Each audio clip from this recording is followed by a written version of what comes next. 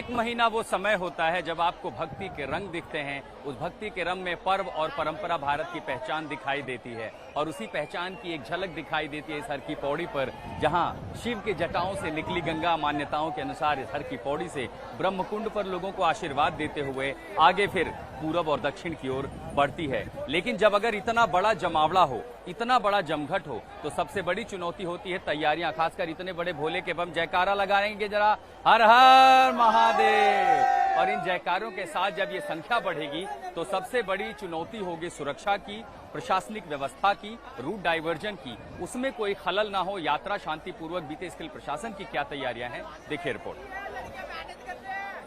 इतनी बड़ी यात्रा चल रही है और जबकि अभी भी 15 दिन बाकी हैं, तो बहुत बड़ी चुनौती है न सिर्फ कानून व्यवस्था देखना, ये भी देखना कि ट्रैफिक ना हो। खासकर हाल फिलहाल में हमने जो स्थिति देखी है कांवड़ यात्रा के दौरान, तो मैं जहां पर ही कंट्रोल कमांड सेंटर है हरिद्वार का, और बड़े बड़े स्क्रीन पर यहाँ पर ड्रोन के जरिए रियल टाइम में मॉनिटरिंग हो जाती है। अब आप देखिए यहाँ पर घाट की तस्वीरें हैं, इसी के साथ साथ ये गंगा की वो अविरल धारा है और इन धाराओं के साथ 360 डिग्री में हर वो इलाका, और इसी के साथ हम पहुंच गए अब हर की पौड़ी के पास। ये वो पूरे तमाम सारे घाट हैं, ये वो हर की पौड़ी का इलाका है, और इसी मॉनिटरिंग के साथ कम से कम ये पता चल पाता है कि कहां पर क्राउड ज्यादा है, अगर कहीं पर ज्यादा है तो वहां कैसे मैनेज किया जा सकता है। इसी के साथ जब वो राष्ट्रीय राजमार्गों की ओर जाएंगे, यात्रा को स्मूथ रखना, और सबसे बड़ी चुनौती है कि जिस रास्ते से गुजरते हैं ये दरअसल सीमांत राज्य को जोड़ता है, यानी भारत को चीन से जोड़ने वाला एक राष्ट्रीय राजमार्ग भी है। अभी तो मैं खाली देख रहा हूं क्योंकि ये आ रहे हैं, ये जो रास्ता है जहां से जा रहे हैं, ट्रैफिक सबसे ज्यादा दिक्कत।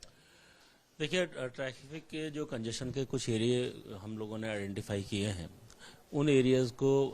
आइडेंटिफाई करके वहाँ को स्ट्रेंथन किया गया है, और जो बॉटलनेक्स कुछ जगह पे बन जाती हैं उसको या तो स्ट्रक्चरली हम लोगों के द्वारा रिमूव किया गया है बॉटलनेक्स को, या फिर वहाँ पर अतिरिक्त फोर्स लगा के और डाइवर्जन प्लान अपना लागू करके उन जगह को हम लोगों के द्वारा रेगुलेट किया जाता है।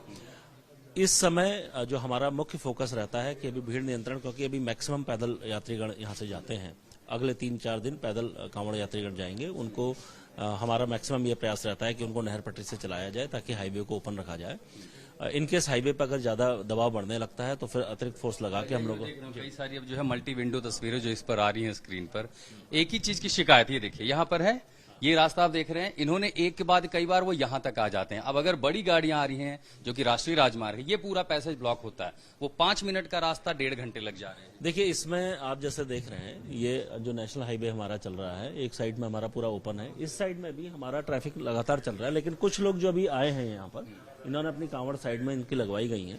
बाद में ये लगी है, मैंने सुबह यहाँ तक देखे हुए इन रास्तों को, यहाँ तक। तो इसको हम लोगों के द्वारा आगे की ओर डाइवर्जन करके, जैसे ये वाला पॉइंट है, आगे सिंहद्वार की ओर जाकर डाइवर्जन करके फिर हम इसे नहर पटरी की ओर ही डालेंगे इन लोगों को। तो ये एक प्रोसेस है जिसपे सभी लोगों को प्रयास करके ये हाईवे को मैक्सिमम। तो ठीक है, जब आप ये सावन का सोमवार, जब पहला सोमवार आएगा जिसके लिए सबसे ज्यादा आस्था है, मुझे लगता नहीं कि इनमें से कोई इलाका खाली दिखाई देगा, तब क्या करेंगे, उस समय बड़ी चुनौती। देखिए, ये बात सही है, जिस समय हैवी ट्रैफिक रहता है, जैसे ही ज्यादा दबाव पड़ेगा हमारा हाईवे पे, तो हमारा रूट डाइवर्जन प्लान ऑलरेडी लागू हो जाता है, वो हमारा इस सोमवार को भी लागू होगा।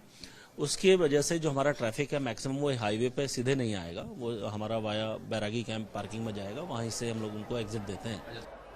सावन की शुरुआत होती है, चारों तरफ भोले की गूंज होती है, महादेव की गूंज होती है, यहाँ महादेव की पूजा भी होती है, और जो उनके साथ ये भक्त निकलते हैं कांवड़ लेकर के, वो भी भोले हो जाते हैं। तो महादेव सखा भी बन जाते हैं, महादेव भी भगवान बन जाते हैं। पवित्र महीना है तो सबकी एक कोशिश, एक उद्देश्य ये होता है कि यहाँ हर की पैड़ी पर पहुंचे, गंगा जल लें, कलश लें, अपनी अपनी श्रद्धा, अपनी अपनी शक्ति अनुसार कांवड़ लेकर के चल पड़े अपने अपने दूर शिवालयों की तरफ। कोई दिल्ली, कोई पंजाब, कोई उत्तर प्रदेश, कोई राजस्थान, मध्य प्रदेश, हरियाणा, भारत के शायद ही कोई राज्य हैं जहां से श्रद्धालु यहाँ नहीं आए हैं। ये कांवड़ भरेंगे, कांवड़ की यात्रा शुरू होगी, सज धज करके कांवड़ चलेगी। यही तो आस्था, श्रद्धा और भक्ति का रंग है जो हर की पैड़ी से लेकर के पूरे उत्तर भारत में सावन के इस महीने में दिखाई देता है। देखिए कांवड़ यात्रा और सावन के कई सारे भक्ति भाव के रंग।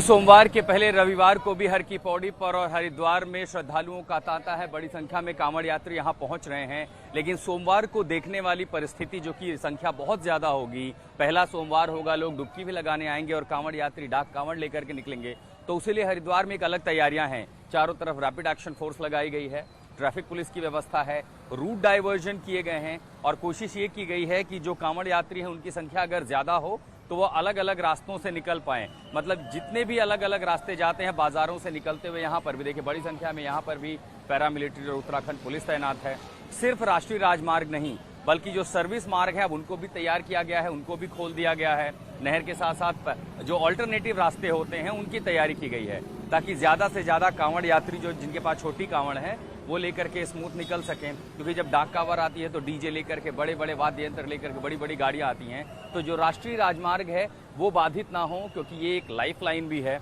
जो दिल्ली को उत्तराखंड और आगे फिर चीन की सीमा तक जोड़ती है। तो कोशिश, बड़ी चुनौती है कि इसको भी रखा जाए कि ये रास्ता भी सुचारू रूप से चलता रहे, ट्रैफिक भी बाधित ना हो। और इसीलिए सुबह व्यवस्थाओं में पूरी सुरक्षा के तगड़े बंदोबस्त और यहाँ रूट डाइवर्जन, ये तैयारियां हैं क्योंकि सोमवार का दिन प्रशासन के लिए बड़ी चुनौती होगा और उसी से शुरुआत, जब पहला सोमवार होगा लोग बड़ी संख्या में आएंगे यहाँ पर गंगा जल में स्नान करने के लिए और उसी के साथ गंगा स्नान के बाद लोग जाएंगे शिवालयों में, मंदिरों में और अगले शिवरात्रि तक लगभग यहाँ पर यही स्थिति रहेगी। लेकिन ये श्रद्धा का बहुत बड़ा पर्व है, उस पर्व के लिए तैयारियां भी बहुत ज़रूरी होती हैं।